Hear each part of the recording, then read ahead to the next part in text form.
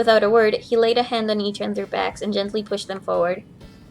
They almost stumbled, then rightened themselves and took another step, and another. They turned around, and Junpei nodded. Ace and Lotus turned around again and walked slowly towards the door where Santa was waiting for them. No, just have. Remember Alice? We haven't seen Alice. We've just seen pictures of what she might look like. After what seemed like an eternity, they stopped in front of the door marked 9. She's an ice cube. She might not be an ice cube.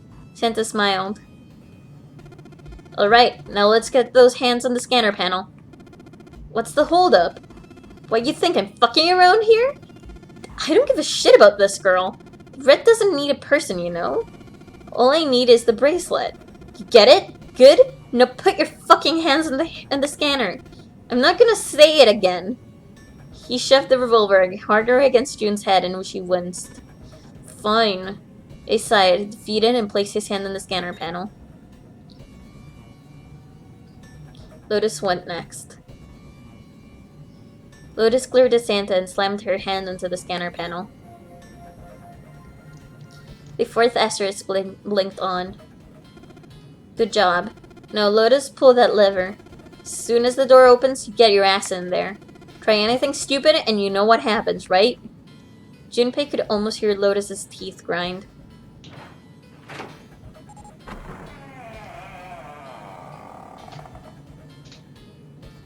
The door slid open. Door number 9 opened at last. It opened with a low, powerful rumble, a drum roll to welcome the chosen few. Alright, go! Lotus and Ace walked through the door, their eyes furious, but defeated. Santa waited until they were all the way inside, then hauled himself and June across the threshold as well. 6, 7, 8. Santa's ruined this year's Christmas. I mean... Yes. A couple of streams ago, we learned that there was a black Santa and a white Santa, and a white Santa killed black Santa. So...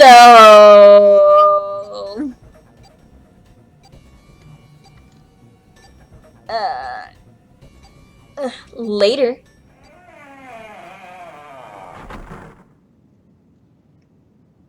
After exactly 9 seconds, the door swung shut. The gust of air it created caused the candles on the altar to flicker and die. The room fell silent. Junpei and Clover and Seven had been left behind. Clover looked down at her hand and traced with her finger the faint blue veins that crisscrossed them.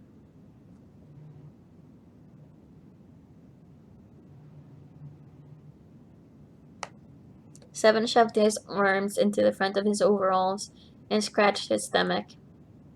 No one spoke. Silence made the air feel thick and oppressive. Desperate for something, anything, to occupy his mind, Junpei walked to the larger of the 2 9 doors. He stood in front of it and looked at the red. It read engaged. He moved the smaller door. The red read vacant. The digital root of the remaining people was 7. There was no possible way for them to open the door with 9 on it. Junpei touched the surface of the door. He thought about June, about Akane Kurashiki. Was she safe? That was all that mattered to him. If she was alive, if she had escaped this horrible boat, that was what Junpei prayed for. 7 came up next to him. He pulled out his hat and scratched his head and sighed. So, what do you want to do, Junpei? What do you mean, what do I want to do? What can we do? 7 opened his mouth to respond when a noise echoed through the room. Someone was pounding on something vigorously. It wasn't mechanical. It was certainly human. Junpei and 7 looked at one another. What the hell is that? Shh. Quiet. Clover motioned 7 to be quiet. She put one finger on her lips and closed her eyes in concentration.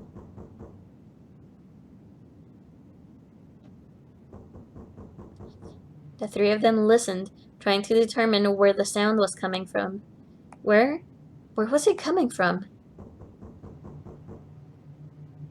Could it be?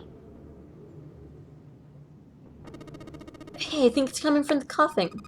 You're right. Let's open it. But how?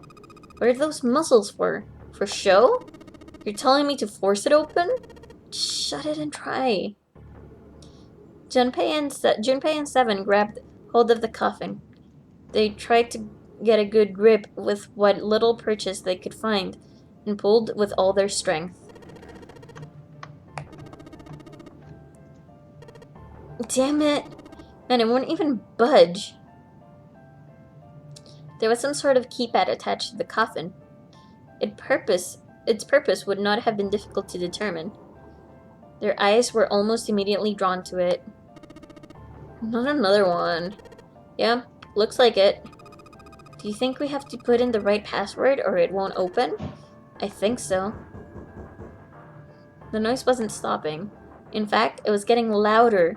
They had no idea who was in the coffin, but they wanted out. They wanted out now. They had no idea what they were supposed to do. Without a passcode, didn't seem like there was a lot they could do. They couldn't even tell how many numbers the passcode needed to be. Isn't there a hint somewhere? Well, let's look for one. Unfortunately, there didn't seem to be anything near the coffin. Clover went to examine pews, and Seven investigated the desk, but they turned up nothing. The sound still wouldn't stop. It wasn't a noise that belonged in that room.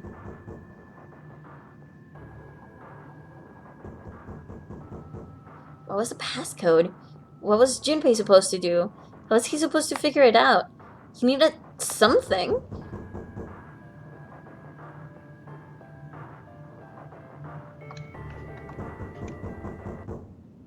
To be continued.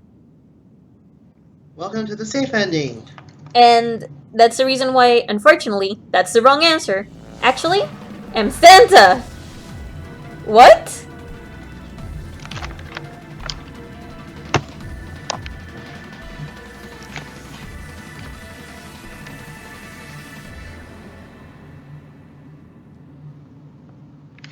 Why did it say that he's actually Santa? What? We'll have to find out then. Yep, we'd have to find out. Still blocked from viewing the coffin ending. Not really.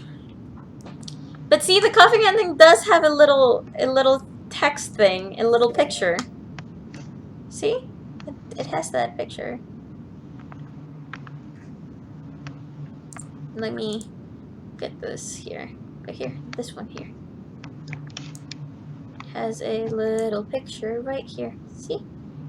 What ending are we going for next? The ending that we are going for next starts with the other door that we didn't take before. So we have... We have obviously the true ending.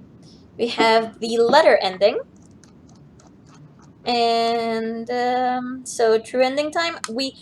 Okay, so we already did the submarine. Yeah, it's actually the letter ending time. Because we could do the knife ending, but we already did the knife ending. Just by accident. But there's a specific way to get the knife ending too, so. Let's do the knife end, the axe ending again. No. Yeah. Why? Because it's different. The axe ending? Yeah, the axe ending. The way that this guy says the axe ending, we could go through the axe ending. Maybe. Give me a second. We just did the axe ending, though. Yeah, we did it last time. Yeah, we shall go for the safe ending, the letter ending now. Okay. I was like, we just went through the axe ending. I don't want to go through that again. We already did our Higurashi for the week. But that'll be next time. Tomorrow. We will do the letter ending. 7 p.m. my time, 6 p.m. my time. So 3 p.m. Okay. I might be available, I might not. Not 3 p.m. I am 6 p.m. my time. Is 5 p.m. your time. Right. 6 p.m. my time is 8 p.m. Eastern Standard Time. You I don't tease. know why I was thinking. I was thinking you were talking about referring to Mount. I am not a Easter. tease. I am actually doing this the right way because if I stream tomorrow one ending, then on Monday I can stream the actual ending on Halloween. On Hallows Eve.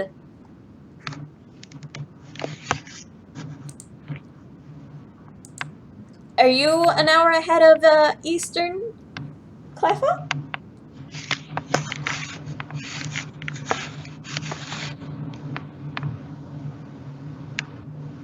I did okay. Anyway, so around 8 p.m. Eastern Standard Time, 9 p.m. Eastern, 8 p.m. Eastern, 9 p.m. Eastern. And yeah, I will take a break for Sunday, but we will definitely finish this game on Monday. Definitely. What are you gonna do after? Actually, two time ahead. So in November, I am gonna be streaming again. Obviously, I'm also gonna finish the demo events, which I think a couple of days from now, next week, I think I have to stream the demo events. And we will just be playing like some relaxing games because November is very heavy. It's very heavy for me. It's very heavy with university work and everything. So yeah. Um, so that's November for me. But we will be playing games like Monster Hunter or the Adventure Time game that I own that are like dungeon crawlers or things that I don't have to pay a lot of attention. And no, Kid Icarus isn't a relaxing game. I'm sorry. It isn't. We can play Kid Icarus when I'm over there in the States with Ed, if you want. But that's gonna be it for now, guys. I'll see you next time, and thank you so very much for joining me at not failing the coughing ending. Yay! Anyway, guys, see you guys tomorrow. Bye. Bye.